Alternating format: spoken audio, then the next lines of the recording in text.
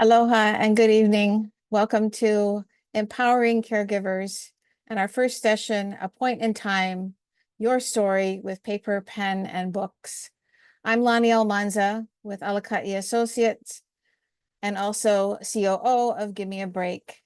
Tonight, we're going to look at why and how to write your story. Let me begin by sharing an excerpt from part of my story. So now here I am writing a book, a story about the journey of a lifetime. Age and experience allowed me the perspective to look back and see how I found my way and myself. It is my hope and desire that you find connections with your own journey and perhaps a few guideposts to help you along the way. In the writing of my book, I discovered there is a unique dance between doing and being. Much like yin and yang, there's a little of each in each other. And for one to be defined, the opposite must exist. We are always partners in the mystery.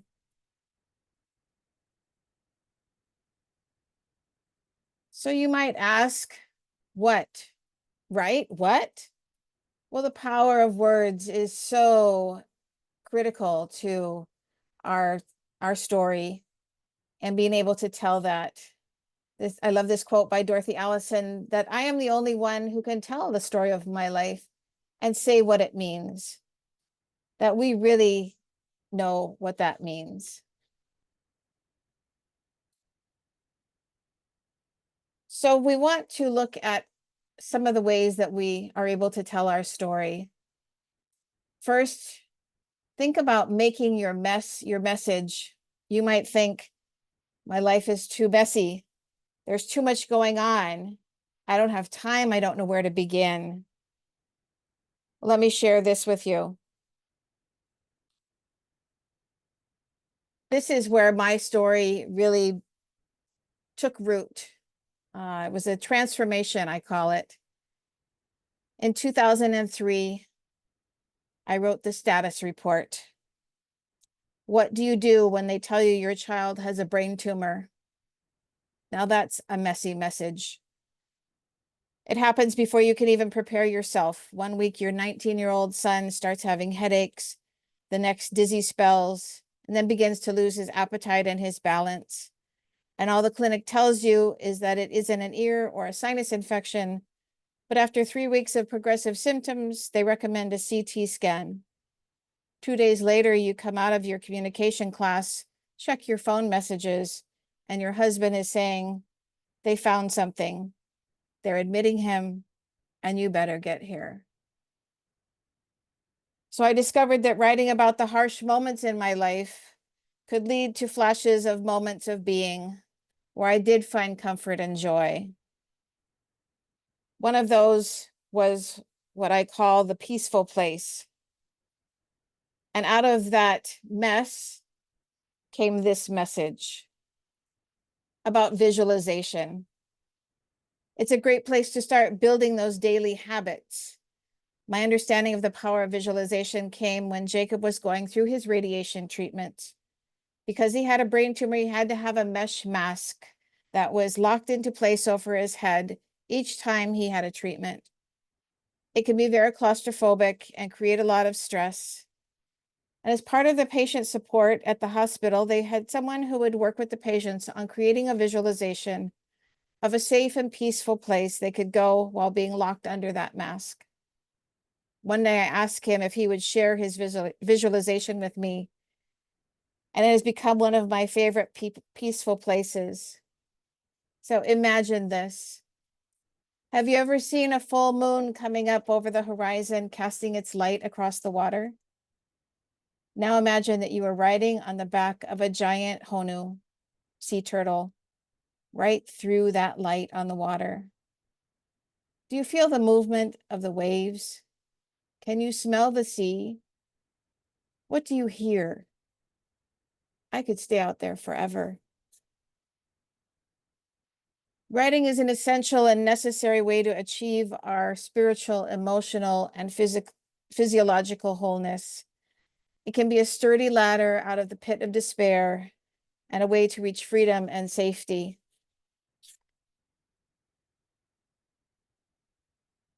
We are the accumulation of our stories, the stories that we tell ourselves about who we are.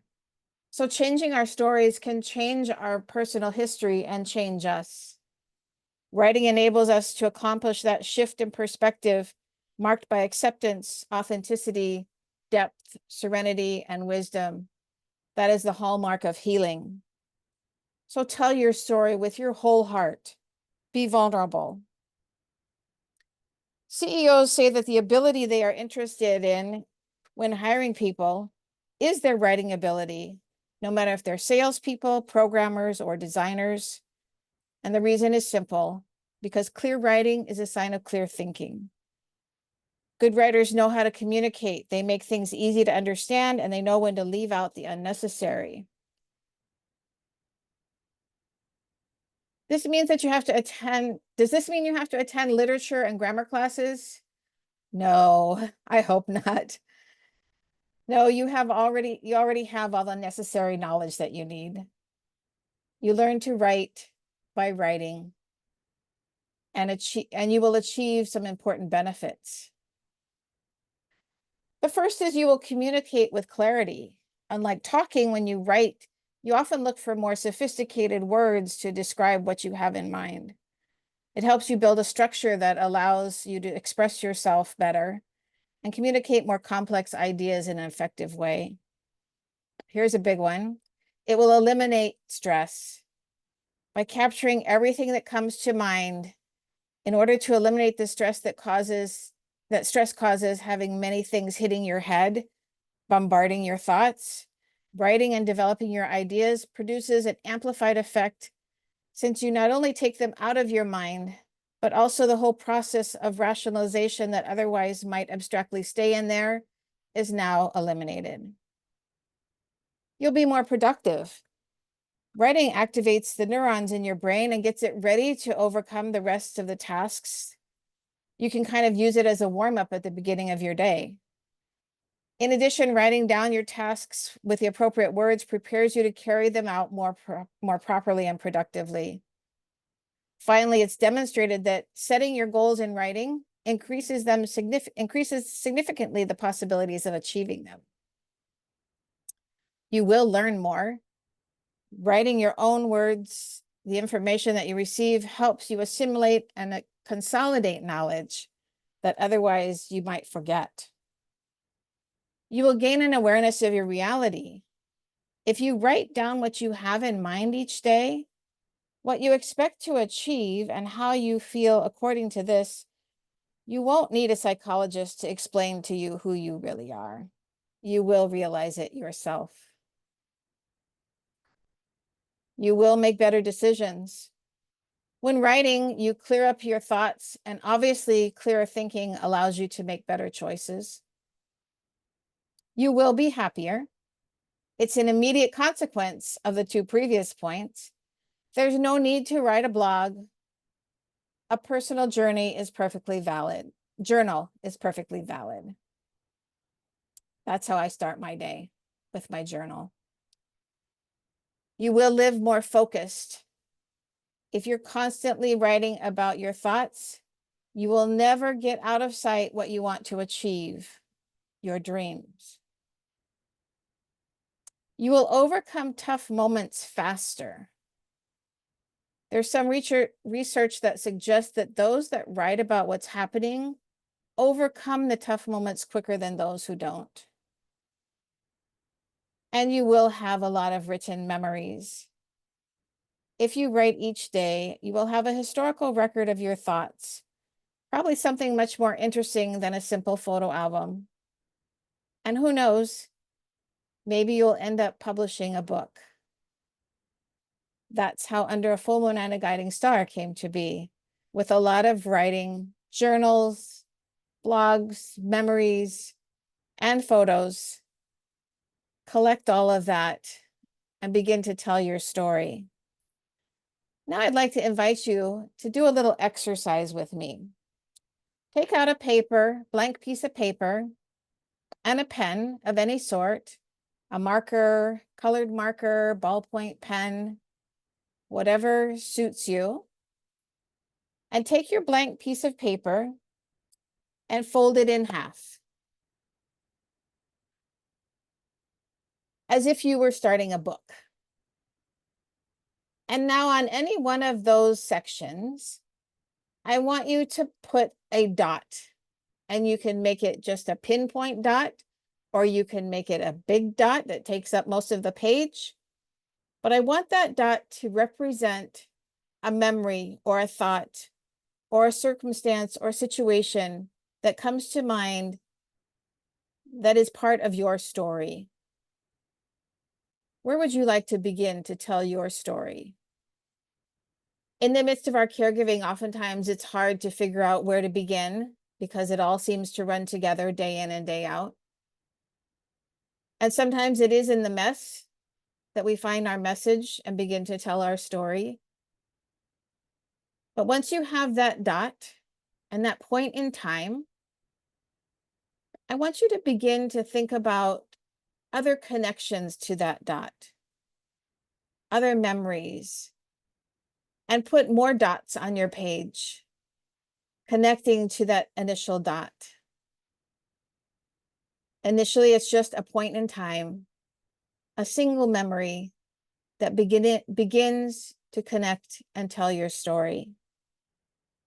Writing requires no innate talent, though we become more skilled as we keep writing. Writing develops resilience and helps you become an observer. It helps you to reframe and articulate problems and solutions.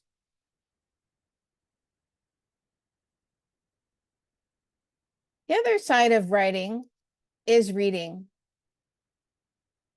Yes, books, but reading as a caregiver, who has the time? For me, books were actually part of my support system along my journey. So I first want to share with you 5 benefits of reading. Again, reducing stress and helping us relax. When you feel stressed, just grab a book and be engrossed by the storylines and allow your mind and body to relax. Reading has an unexpected bonus of increasing your lifespan. A 2016 study published by the Social Science and Medicine Journal found that reading for at least 30 minutes a day extended the lifespan of participants by an average of 2 years. And with book readers who read more than 3 hours every week at an average over their peers who read magazines and newspapers. The next one is it improves your concentration and memory. I know, being a caregiver in those stressful times, sometimes we lose concentration and we think we are losing our memory. Reading is a great mental exercise because it makes you remember different characters, settings, plots, and connections. It strengthens your memory and concentration because all of your attention is focused on that story. It can expand your vocabulary and strengthen your writing abilities. So if we're working on telling our story and writing our story, it's important to read other stories to help us strengthen our abilities. Reading a well-written book will expose you to more words and help you be a better communicator. Rather than just saying you're sad or not in the mood to people, you can say you're anxious or tired or irritated or frustrated or just weary. Because even all those words can be described as sad, each of them needs a different solution. Reading enhances your knowledge. Even when you read recipes, magazines, newspapers, or books, your head is filled with new information. We never know when it might be useful, but having all this information might just come in handy in the future. And 5, it increases your imagination and your creativity. Reading sparks imagination and creativity, being immersed in a new world and characters. This will nurture your brain to develop ideas, possibilities, understanding, and be more open to hearing the opinions of others. I'm grateful for the books and authors who over the years have given me wisdom, direction, and knowledge, as well as just simple enjoyment. Being able to hold a book provides me with a special sense of connection, much more than any digital device. Some of the books that really started my journey towards self-care was Simple Abundance by Sarah Ban Brennick. It's a year's journey of introspection and creativity in discovering who you really are. And then during a big transition in my life, there were two books that had significant impact on how I viewed death and grief. The first is The Grief Recovery Handbook by John W. James, and the second, The Year of Magical Thinking by Joan Didion. It's healthy and necessary to examine our feelings around these life-changing events. Our journey toward greater awareness should never end, and here are two more that have really struck a chord with me. The first one is Thrive by Arianna Huffington. It reminded me of many concepts I have learned before, but have become more relevant to my current path, like the critical importance of sleep. The second is The 5-Second Rule by Mel Robbins, where a small but powerful exercise can activate your brain to benefit your well-being. Both of these helped me set my path forward. And finally, one that helped spark my passion and purpose is Ikigai by Hector Garcia and Francesc Miralles. And this is where Alaka'i Associates found its place and its mission.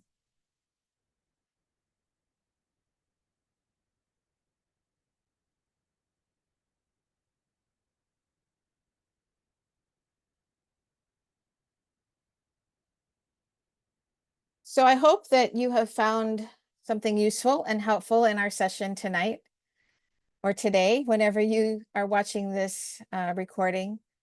And if you have any questions, here's some additional resources.